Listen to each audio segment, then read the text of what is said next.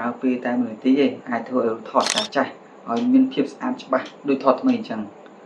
ជំរាបសួរបងប្អូនទាំងគ្នាអ្នកទាំងគ្នាមានថតចាស់ឬក៏អត់សូវច្បាស់ហើយចង់កែថតនឹងឲ្យច្បាស់ឡើងវិញណា AI អាចជួយបានបងប្អូនគ្រាន់តែចូលទៅកាន់ website មួយតាមរយៈ Google ដោយបងប្អូនគ្រាន់តែវាយពាក្យថា AI is បន្ទាប់មកចេញមកដូចនេះ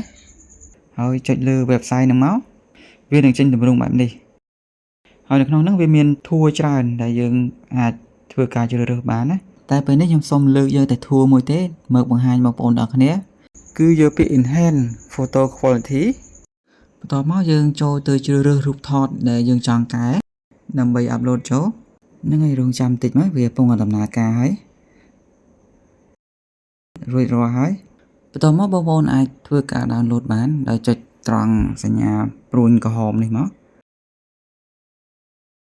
ឥឡូវយើងចូលទៅមើលលទ្ធផលទាំងអស់គ្នាហ្នឹងហើយឃើញថាវាច្បាស់ស្អាតដូចយើងថតថ្មីអញ្ចឹងហើយនេះជារូបថតដែលយើងអត់តាន់កែឃើញថាវាអត់សូវច្បាស់ទេហ្នឹងហើយបងប្អូនវីដេអូមានតែប៉ុណ្្នឹងទេហើយជួបគ្នានៅវីដេអូក្រោយទៀតអូខេបាយបាយ